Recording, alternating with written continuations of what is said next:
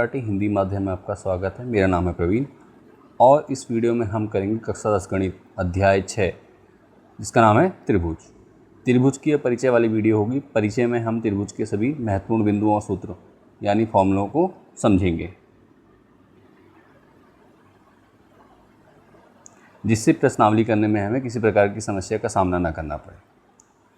समांतर त्रिभुज के परिचय के वीडियो के अलावा इस पाठ की सभी प्रश्नावली 6.1 से लेकर 6.3 तक के अलग अलग वीडियो नीचे लिंक डिस्क्रिप्शन में दिए गए हैं। आपने सभी वीडियो को पूरा देख लेना है और अध्याय को पूरा अच्छे से कंप्लीट कर लेना है। चलिए शुरू करते हैं वीडियो नए पेज से।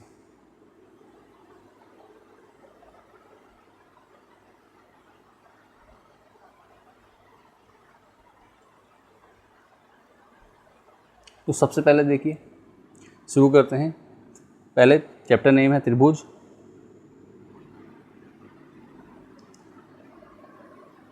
तो हमें पहले पता होना चाहिए कि त्रिभुज क्या होता है।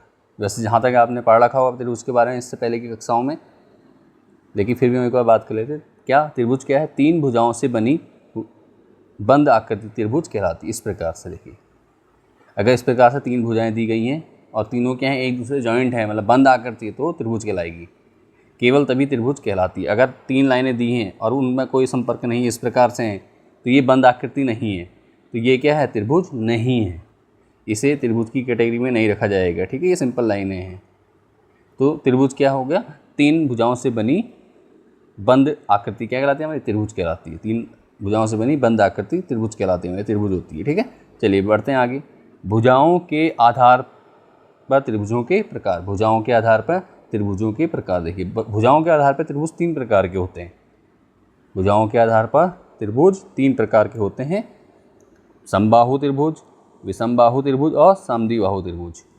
ठीक है, समबाहु मीन्स समबाहु जिसमें जिस त्रिभुज की तीनों भुजाएं बराबर हो, समान हो, जिनकी वैल्यू क्या हो? समान हो, तीनों भुजाओं का मान समान हो, तो वो क्या कहलाएंगी? समबाहु त्रिभुज कहलाएंगे। वो ऐसी आकृतियाँ क्या होंगी? समबाहु त्रिभुज। जैसे त्रिभुज ट्रायंगल ABC। ठीक है, ट्रायंगल ABC में देखिए तीनों भुजाएं हमें बराबर दी गई हैं। ट्रायंगल ABC में तीनों भुजाएं बराबर दी गई हैं। देखिए, भुजा AB बराबर भुजा BC बराबर भुजा AC, ये तीनों भुजाएं क्या आपस में बराबर, तो ये क्या है? हमारा समबाहु त्रिभुज। समबाहु त्रिभुज। ठीक है, क्लियर हो गया? ऐसा त्रिभुज जिसकी तीनों भुजाएं बराबर होती हैं क्या कहलाता है? समबाहु त्रिभुज कहलाता है। उसके बाद नंबर 2 विषमबाहु त्रिभुज। विषम मीन्स जिसकी भुजाएं आपस में बराबर ना हो, तीनों भुजाएं क्या हो? अलग अलग माप की हों, तो क्या कहलाएगा? विषमबाहु त्रिभुज। इसके लिए एग्जांपल के लिए हमने बना रखा है PQR, ट्रायंगल PQR, या कह सकते हैं त्रिभुज PQR। इसकी तीनों भुजाएं क्या हैं? अलग अलग हैं। QR अलग है, PQ अलग है और PR भी अलग है। इसकी लंबाई अलग है, सभी भुजाओं की लंबाई क्या है? अलग अलग है। तो ये हमारा त्रिभुज है विषमबाहु त्रिभुज। विषमबाहु त्रिभुज ऐसा त्रिभुज जिसकी तीनों भुजाओं की माप क्या होती? अलग अलग होती, विषमबाहु त्रिभुज कहलाता है। इसके बाद नंबर 3 त्रिभुज भुजाओं के आधार पर समद्विबाहु त्रिभुज। समद्विबाहु त्रिभुज ऐसा त्रिभुज जिसकी कोई 2 भुजाएं, 2 संगत भुजाएं क्या होंगी? बराबर होंगी और तीसरी भुजा अलग होगी, उसका मान अलग होगा। 2 भुजाएं बराबर होंगी। 2 भुजाएं अगर बराबर होंगी तो क्या कहलाएगा? हमारा समद्विबाहु त्रिभुज कहलाता है। देखिए XYZ त्रिभुज XYZ में देखिए भुजा XY और XZ क्या है? समान है, लेकिन YZ क्या है? अलग है, तो ये हमारा समद्विबाहु त्रिभुज है। समद्विबाहु त्रिभुज ये समद्विबाहु त्रिभुज है हमारा। ठीक है, अगर हम इसको नाम दे देते हैं, इसको 1, ये 2 और ये 3, तो तीसरा वाला क्या है? समद्विबाहु त्रिभुज। तो अब हमने सीखा क्या? समबाहु त्रिभुज ऐसा त्रिभुज जिसकी तीनों भुजाएं बराबर होती हैं, समबाहु त्रिभुज कहलाता है। ऐसा त्रिभुज जिसकी तीनों भुजाएं अलग अलग होती हैं, विषमबाहु त्रिभुज कहलाता है। और नंबर 3 समद्विबाहु त्रिभुज ऐसे त्रिभुज जिनकी 2 संगत भुजाएं क्या होती हैं? संगत भुजाएं बराबर होती हैं और तीसरी भुजा अलग होती है, तो वो क्या कहलाता है? समद्विबाहु त्रिभुज कहलाता है। ये तो हो गए भुजाओं के आधार पर त्रिभुजों के प्रकार। अब बढ़ते हैं आगे। अब है कोणों के आधार पर त्रिभुजों के प्रकार, कोणों के आधार पर त्रिभुजों के प्रकार। तो पहला क्या कोण क्या होता है, एक कोण है, सबसे पहला कोण होता है न्यून कोण त्रिभुज, न्यून कोण त्रिभुज। नंबर 2 समकोण त्रिभुज। नंबर 3 अधिकोण त्रिभुज। ठीक है, न्यून कोण त्रिभुज ऐसा त्रिभुज जिसमें त्रिभुज के तीनों कोणों का मान क्या हो, 90 अंश से कम हो। ऐसा त्रिभुज जिसमें तीनों कोणों का मान क्या हो, त्रिभुज के तीनों कोणों का मान क्या हो, 90 अंश से कम हो। ठीक है, तीनों कोण क्या हो, 90 अंश से कम के बनेंगे। ठीक है, 90 अंश से कम के होंगे तो कहलाएगा न्यून कोण त्रिभुज। ठीक है, न्यून कोण त्रिभुज। इसके बाद नंबर 2 समकोण त्रिभुज। तो समकोण से हमें पता चलता है एक कोण 90 अंश का होगा, बाकी शेष 2 कोण अलग अलग माप के हो सकते हैं, तो ये कोण कहलाएगा समकोण त्रिभुज। ठीक है, ऐसा त्रिभुज जिसका एक कोण क्या हो, 90 अंश का हो, क्या कहलाएगा, समकोण त्रिभुज कहलाएगा। ठीक है, उसके बाद देखिए इसके लिए हमने अलग अलग देखिए न्यून कोण के लिए एक वो बना रखा है, आकृति बनाई है त्रिभुज ABC। त्रिभुज ABC में देखिए तीनों कोण क्या हैं, 90 अंश से कम है। तो जब 90 अंश से कम है तो ये कौन सा कोण हो गया, न्यून कोण। उसके बाद त्रिभुज PQR में देखिए क्या है, एक कोण, त्रिभुज का एक कोण 90 अंश है और बाकी के शेष 2 कोण क्या हैं, छोटे हैं उससे। तो ये कोण, ये कौन सा त्रिभुज है, ये है हमारा समकोण त्रिभुज। इसी प्रकार अधिक कोण त्रिभुज। अधिक कोण त्रिभुज क्या होता है, XYZ हमने त्रिभुज बना रखा है। अधिक कोण त्रिभुज होता है त्रिभुज का वह त्रिभुज जिसका एक कोण क्या हो, 90 अंश से 90 डिग्री से अधिक हो। ठीक है, 90 डिग्री से बड़ा हो। तो देखिए ये त्रिभुज XYZ, इसमें देखिए कोण Y जो है वो 90 अंश से बड़ा है। ठीक है, तो ये हो जाएगा हमारा अधिक कोण त्रिभुज। बाकी शेष 2 क्या हैं, बहुत छोटे हैं। ठीक हो गया, कोण X और कोण Y क्या है, छोटे हैं, लेकिन कोण X और कोण Z छोटे हैं, कोण Y क्या है, 90 अंश से अधिक है। तो ये कहलाएगा हमारा अधिक कोण त्रिभुज। तो त्रिभुजों के आधार पर हमारे 3 प्रकार के कोण हैं। न्यून कोण त्रिभुज जो कि क्या 90 अंश से कम होंगे, त्रिभुज के कोणों का योग, नहीं सॉरी कोण त्रिभुज के कोण जो होंगे, ठीक है, त्रिभुज के तीनों अंतर कोण क्या होंगे, 90 अंश से कम होंगे। यहाँ फिर आता है समकोण त्रिभुज। त्रिभुज ऐसा त्रिभुज जिसका एक कोण 90 अंश का हो। ठीक है, एक कोण क्या हो, 90 अंश का हो। और अधिकोण त्रिभुज एक कोण क्या हो, 90 अंश से अधिक का हो, तो क्या कहलाएगा, अधिकोण त्रिभुज कहलाएगा। चलिए आगे बढ़ते हैं। उसके बाद अब आते हैं हमारे पास समरूप और सर्वांगसम आकृति। कक्षा 9 में आपने पढ़ा है, इसको अब थोड़ा आगे डिटेल्स में पढ़ते हैं। समरूप आकृतियाँ क्या होती हैं, ऐसी आकृतियाँ जो दिखने में समान होती हैं, या वे आकृतियाँ जिनका आकार समान होता है। ठीक है, जिनका आकार समान होता है, माप नहीं बताया गया। ठीक है, यहाँ पे सिर्फ आकार की बात की जाए। जब समरूप की बात करी जाएगी तो वो एक जैसी दिखेंगी और उनका क्या होगा, आकार समान होगा। जैसे हमने नीचे एग्जांपल दिए हैं, देखिए ये 2 वर्ग हैं, एक वाइट कलर में है, एक येलो कलर में। देखिए आकार समान है, दोनों क्या हैं, वर्ग हैं, लेकिन इनकी माप अलग अलग है, तो ये क्या कहलाएंगे, समरूप कहलाएंगे। ठीक है, ये दोनों ये क्या हैं, दोनों जो चतुर्भुज हैं हमारे, या वर्ग कह दीजिए या चतुर्भुज कह दीजिए, क्या हैं हमारे, दोनों समरूप हैं। इसी प्रकार एक वृत्त, 2 वृत्त दिए गए हैं, देखिए एक वाइट में है, एक येलो कलर में है। तो देखिए वाइट कलर वाला क्या है, आकार सेम है, दोनों दिखने में सेम है, दोनों क्या हैं, वृत्त हैं, परंतु क्या है, इनकी जो त्रिज्याएँ हैं वो क्या हैं, अलग अलग है। छोटे वाले की त्रिज्या कम है और बड़े वाले वृत्त की त्रिज्या ज़्यादा है। ठीक है, तो ये आकृतियाँ भी आपस में क्या है, आकृति सेम है लेकिन माप नहीं, तो क्या हो जाएगी, समरूप आकृतियाँ होंगी। ठीक है, उसके बाद देखिए 2 त्रिभुज दिए गए हैं।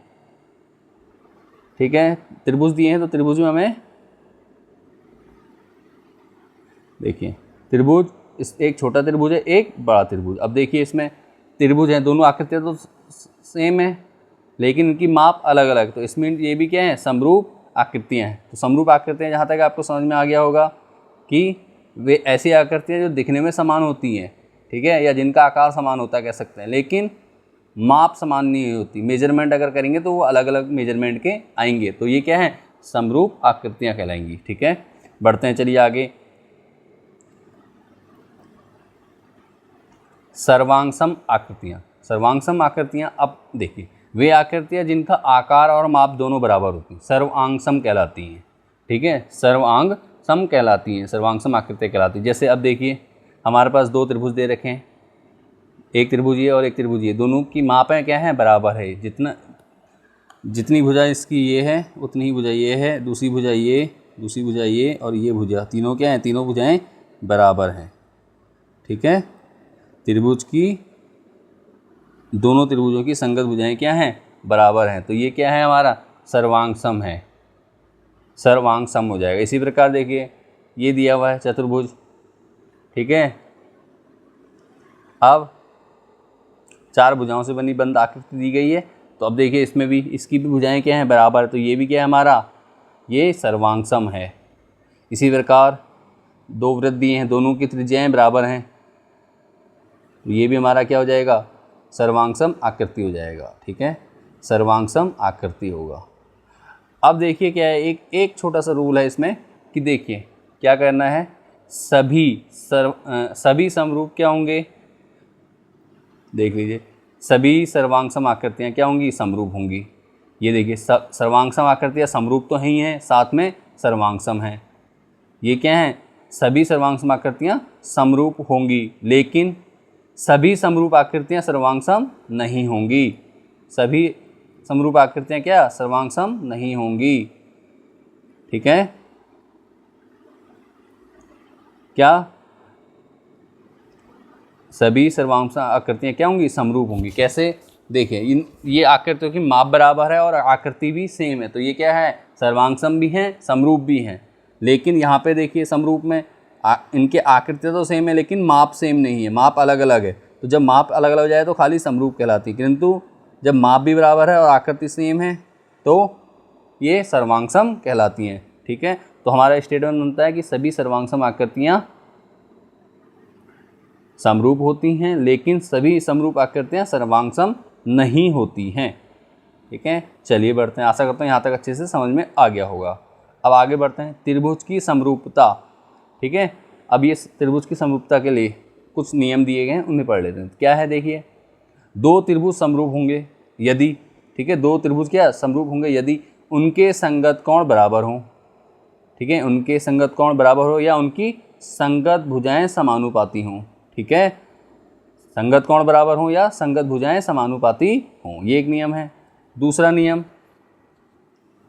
दो समान कोण वाले त्रिभुजों की संगत भुजाओं का अनुपात सदैव समान रहता है।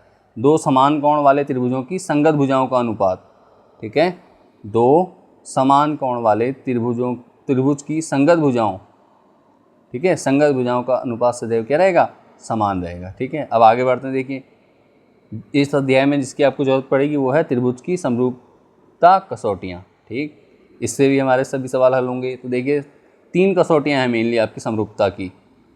ठीक है, क्या, ए समरूपता कसौटी।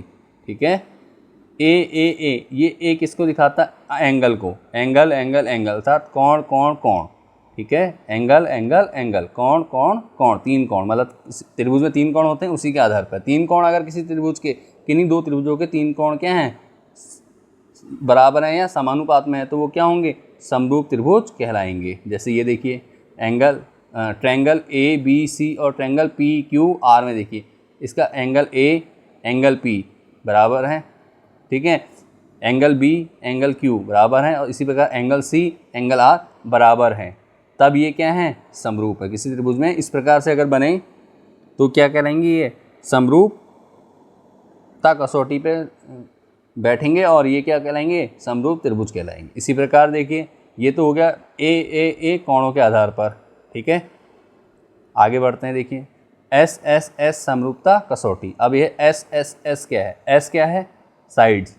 ठीक है, मतलब भुजा साइड, तीन साइड्स होती है त्रिभुज की, तो उसके हिसाब से अगर तीनों भुजाएं बराबर हैं, एक माप में हैं या एक ही अनुपात में उनका, ठीक है, संगत भुजाएं, तो भी वो क्या होंगे, समरूप त्रिभुज कहलाएंगे। ठीक है, देखिए एंगल ABC और MNO में देखिए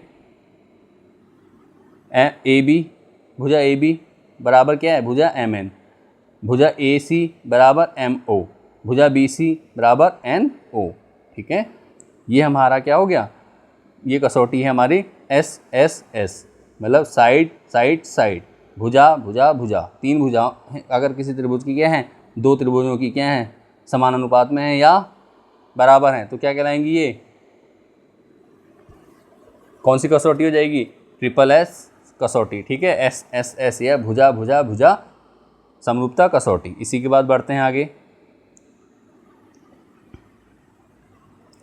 एस ए एस। अब तक आपको पता चल गया एस मीन्स क्या होता है, साइड, ये एस का मतलब भी क्या है, साइड, और इसका मतलब एंगल, एस ए एस। ठीक है, एस ए एस, तो सीधी सी बात है, एस ए एस का मतलब साइड एंगल साइड, भुजा कोण भुजा।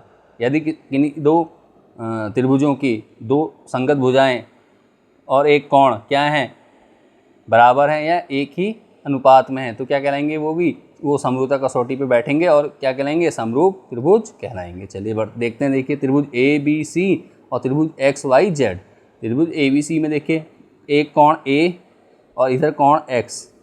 ठीक है, त्रिभुज ए बी सी में कोण ए और त्रिभुज एक्स वाई जेड में कोण एक्स, और इसके संगत भुजाएं देखिए, संगत भुजाएं कौन सी होंगी, ए बी, त्रिभुज ए बी सी में ए बी भुजा संगत है, देखिए ए बी, ये वाली भुजा ए बी है, ये संगत है। ठीक है, और भुजा ए सी, ये क्या है, संगत भुजाएं हैं। ठीक है, आपस में ये दोनों क्या हैं, और संगत भुजा क्या होगी, A B C, A B के संगत भुजा है कहलाएगी कौन सी, एक्स वाई कहलाएगी दूसरे त्रिभुज में, एक्स वाई जेड में। इसी प्रकार ए सी बराबर क्या हो जाएगा, वाई जेड, ए बी बराबर एक्स वाई और ए सी बराबर ए जेड।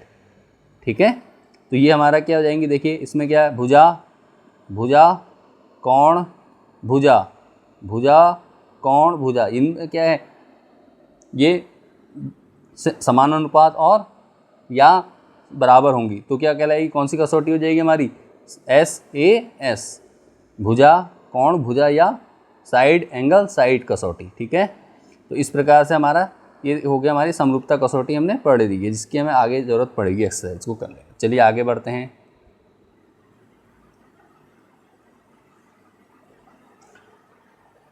हाँ, समरूपता त्रिभुज का क्षेत्र, समरूप त्रिभुज का क्षेत्रफल क्या होता है, क्या संबंध, देखिए समरूप त्रिभुज के क्षेत्रफल उनकी भुजाओं में, समरूप त्रिभुजों के क्षेत्रफल का अनुपात, ये गलत हो गया, यहाँ पे हिंदी नहीं, उनकी संगत भुजाओं के। ठीक है, उनकी संगत भुजाओं के, उनकी संगत भुजाओं के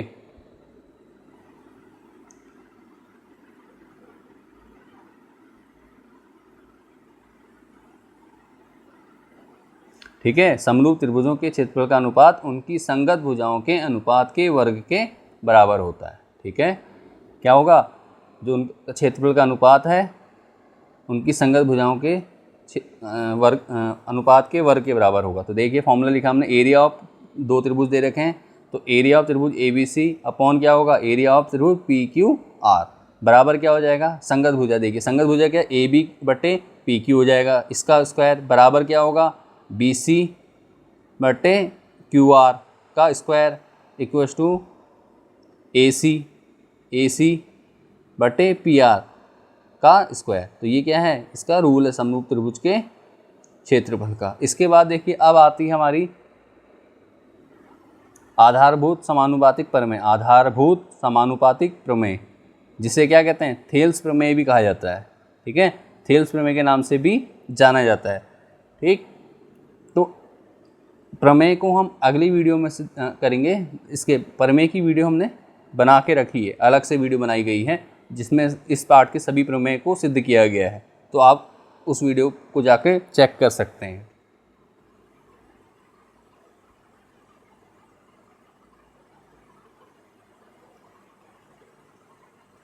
और इसी टॉपिक के साथ